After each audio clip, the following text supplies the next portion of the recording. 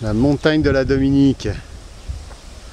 En face, on a le mont Diablotin qui est le point culminant de l'île.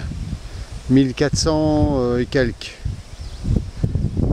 Et les montagnes qui continuent là-bas jusqu'à perte de vue. Et devant nous, un élevage de moutons. La Dominique est réputée pour être un des greniers des Caraïbes. Et on le voit effectivement, plein de cultures.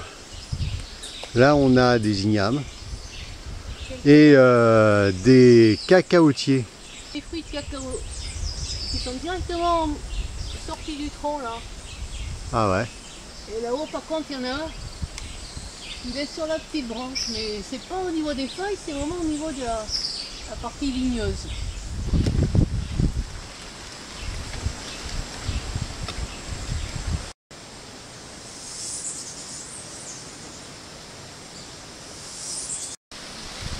Toutes ces cultures dans des endroits aussi escarpés, ça ne peut que nous faire penser la verdure en plus au Cap-Vert, mais c'est vrai que bon, ce sont des îles qui se ressemblent sur bien des points, et notamment les gens qui y vivent.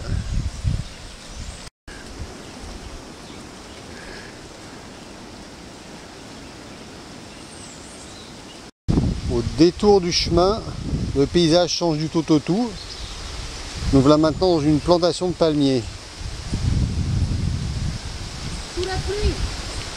Oui, sous la pluie d'Isabelle, malheureusement. Aïe aïe aïe. Il est 8 h du matin et nous sommes partis pour une deuxième randonnée de la journée.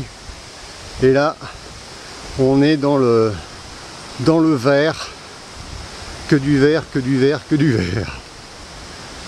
On est dans la forêt d'altitude, très humide, et on avance tout doucement, sans bruit, à l'écoute des chants des oiseaux.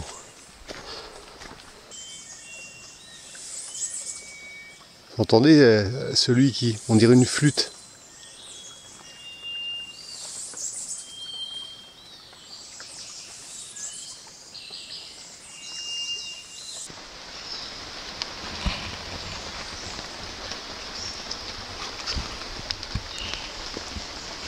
Là-haut, il y en a. Là-haut. Le perroquet est l'emblème de la Martinique. Il est même représenté sur leur drapeau. Et là, on est dans un secteur où il y en a. Le problème, c'est qu'ils sont trop loin. On peut pas on n'a pas suffisamment de zoom. C'est là-dedans qu'ils nichent leur habitat.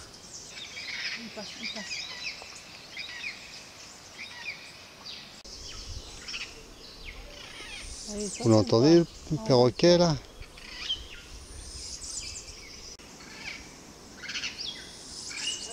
Alors, Isabelle, qui grâce à son travail est une spécialiste des perroquets, dit que ce sont des Amazones impériales. Ils sont verts, ils ont la queue verte, c'est ça?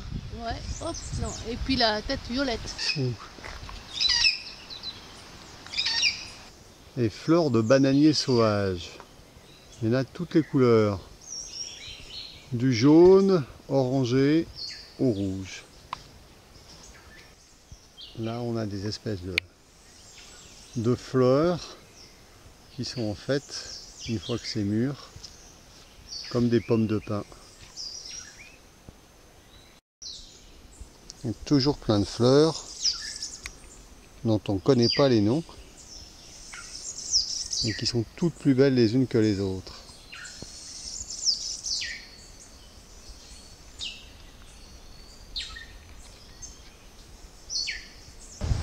Un relief plus plat, il n'y a pas de cailloux, il n'y a que de la terre.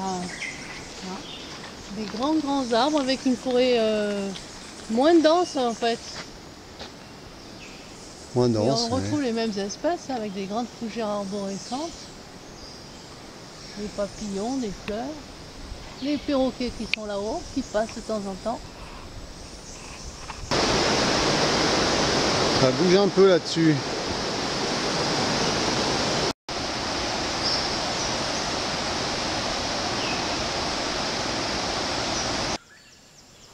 On a pris notre parti. Les cartes qu'on peut avoir sont complètement fausses. Mais il y a les pancartes qui sont claires et nettes. Des petites traces jaunes et bleues. Il faut suivre ce beau chemin. Donc on va bien arriver quelque part. On a rencontré des randonneurs guyanais qui nous ont dit qu'à certains moments, ils seraient crus dans leur pays. C'est peut-être ici. C'est voilà, comme coin plus sauvage que ça, difficile à imaginer. Hein. Et bien voilà, nous sommes sortis de la forêt et nous dominons la baie de Portsmouth. Il ne nous reste plus qu'à redescendre sur la ville qu'on voit en bas et rejoindre Sodric qui est au mouillage.